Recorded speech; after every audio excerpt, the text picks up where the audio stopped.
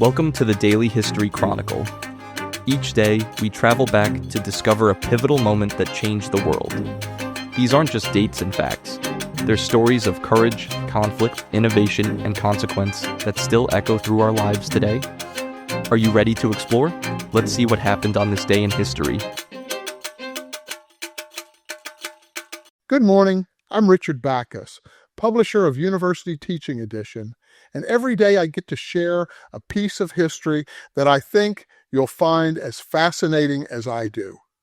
On January 4th, 1847, Samuel Colt met Captain Samuel Walker of the Texas Rangers in a New York City gunsmith shop and signed a contract that would change the American frontier forever. The U.S. government ordered 1,000 of Colt's 44 caliber revolvers, the first major military contract for repeating firearms. It was a technological innovation that would reshape warfare, rescue Colt's failing business, and fundamentally alter the balance of power between American settlers and the finest light cavalry the world had ever seen, the Comanche. And here's what fascinates me about this moment. This wasn't just about guns. For decades, the Comanche had dominated the Texas frontier through superior horsemanship and tactics that made them nearly invincible in mounted combat. A Comanche warrior could fire arrows 5 times faster than a Texas militiaman could reload his rifle. They could cover 300 yards on horseback and launch a dozen arrows in the time it took a settler to fire twice. Understanding what happened on January 4th requires holding multiple truths. Colt's revolver was a genuine technological breakthrough that solved a real military problem. The Comanche military superiority was earned through extraordinary skill and adaptation. And the technology that saved American lives also enabled the destruction of indigenous peoples and their way of life. All three are true, all three matter. Picture this. It's summer 1844 along the Pedernales River outside Austin, Texas. 15 Texas Rangers, led by a young captain named Samuel Walker, face roughly 70 Comanche warriors. By every conventional measure, the Rangers are doomed. The Comanche aren't just good horsemen, they're the finest light cavalry on earth. U.S. Army dragoons who'd fought European cavalry in the Napoleonic Wars said openly that the Comanche were better than the Prussians, better than the French, better than anyone. The Rangers have something new, though. Colt Patterson revolvers, 5 shots before reloading instead of 1. When the smoke clears, the Comanches have lost half their force and retreat. This has never happened before. Walker understands immediately that he's witnessed a revolution in frontier warfare. 3 years later, with his company heading to fight in the Mexican-American War, he'll travel to New York on his own dime to find Samuel Colt because Colt's company has gone bankrupt. The revolver that could change everything sits in a warehouse gathering dust, and its inventor is working odd jobs to survive. Let me build the clock for you, because this story begins with horses and transforms an entire civilization. The Comanche weren't originally Plains Indians. They were mountain people, Shoshone who'd lived in the Great Basin as hunters and gatherers. Then, in the late 1600s, they acquired horses, either escaped Spanish stock or animals traded by other tribes. What happened next was one of the most dramatic military adaptations in human history.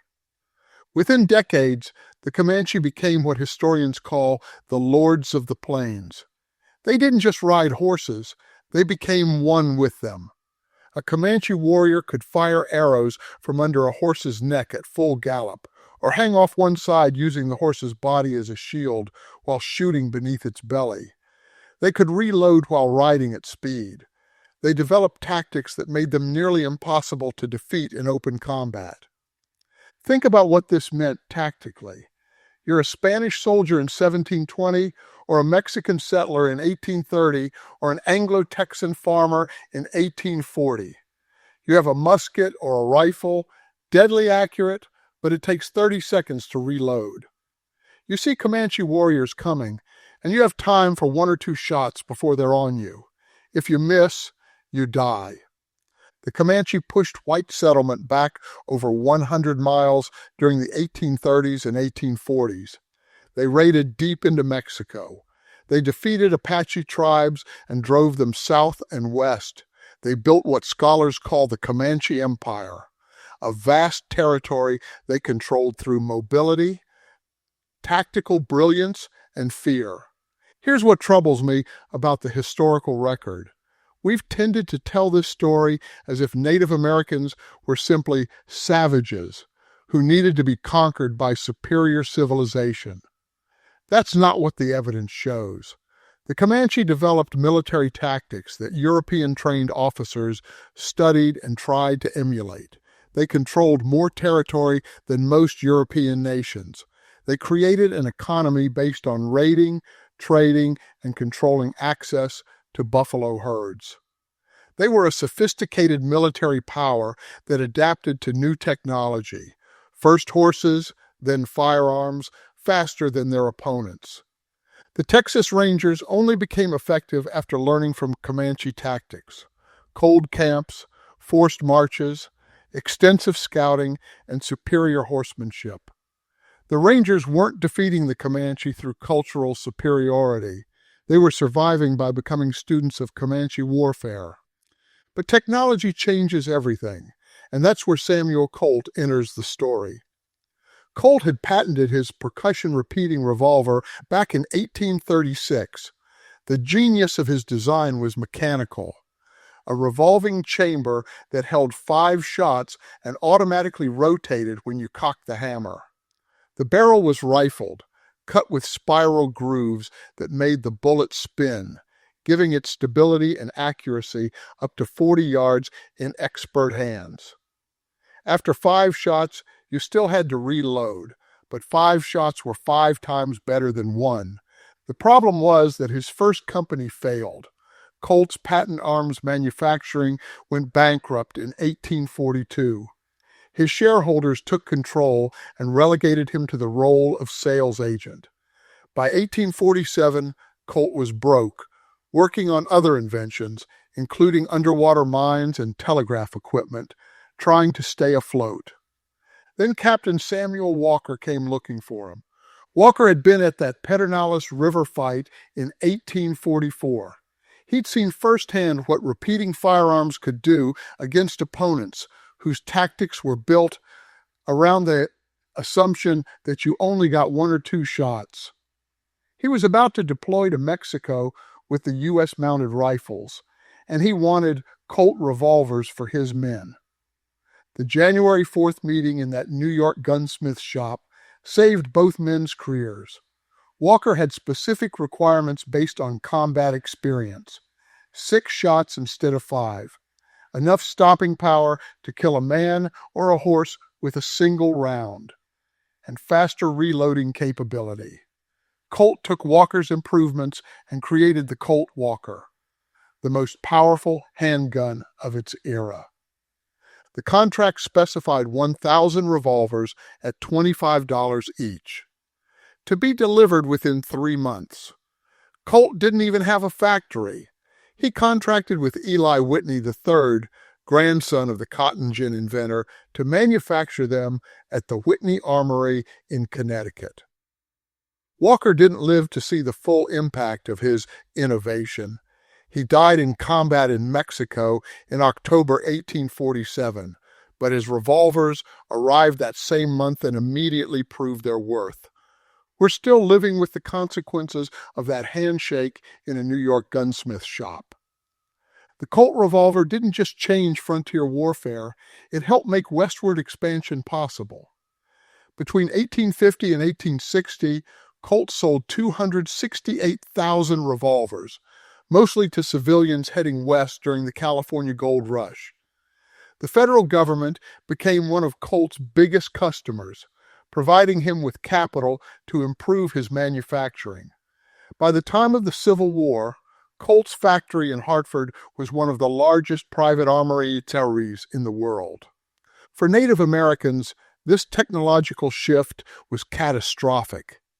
The Comanche had built their power on mobility and superior cavalry tactics, but those advantages eroded when settlers and soldiers could fire 6 times without reloading. Combined with the systematic destruction of buffalo herds and relentless military campaigns that adopted Comanche tactics, the era of Native American military dominance ended. By the 1870s, the Comanche Empire was gone, not because Native Americans were inferior warriors, they demonstrably weren't, but because technology and demographics overwhelmed tactical brilliance. This pattern repeats throughout history. Superior tactics and training can dominate for a while, but technological advantage eventually wins.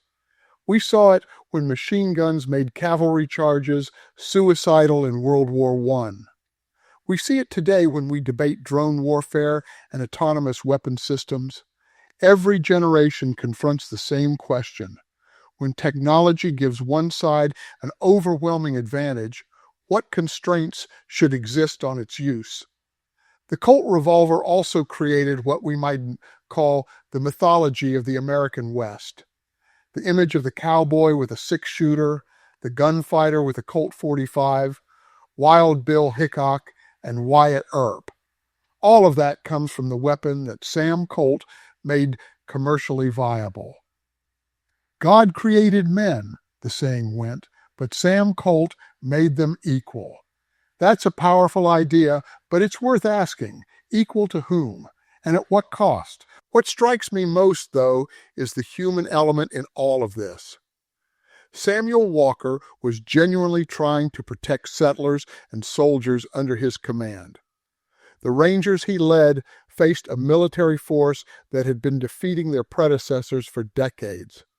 From his perspective, the repeating firearm was defensive technology that evened the odds. From a Comanche perspective, this was the latest in a series of broken promises and advancing encroachment. Treaties were signed and violated. Settlers moved onto lands guaranteed to native peoples. The buffalo herds that sustained entire civilizations were systematically destroyed, often deliberately, as a tactic to starve native populations into submission. The Colt revolver was just one more technological edge in a conflict where Native Americans never had a real chance once the full weight of industrial civilization turned against them. The philosopher Hannah Arendt wrote about violence and power, arguing that violence is often what we turn to when power starts to fail. She wrote, "Power and violence are opposites. Where the one rules absolutely, the other is absent." The Comanche had genuine power on the Texas frontier for decades. They didn't just have military strength, they had political organization, economic systems, and control over vast territory. The introduction of repeating firearms, followed by railroads, buffalo extermination, and finally overwhelming military force, wasn't just about combat superiority. It was about destroying the foundations of that power. Both things are true. The Colt revolver solved a genuine problem for settlers who faced raids that killed families and destroyed communities. And the technology enabled the systematic destruction of people and cultures that had every right to defend their homelands against invasion. Captain Walker died in battle before he could see the full consequences of the weapon he helped perfect. Samuel Colt became one of the wealthiest men in America before dying of gout in 1862, just 47 years old.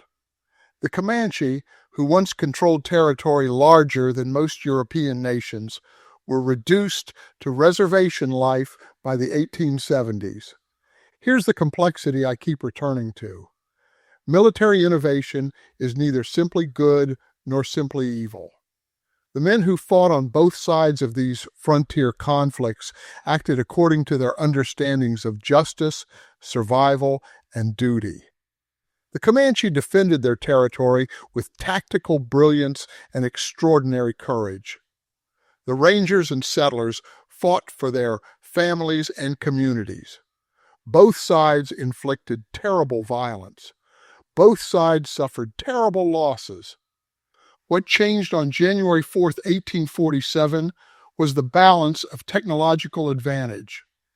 That advantage, more than any moral superiority, determined who won, and that should make us uncomfortable, because it means that throughout history, justice and technology aren't always aligned.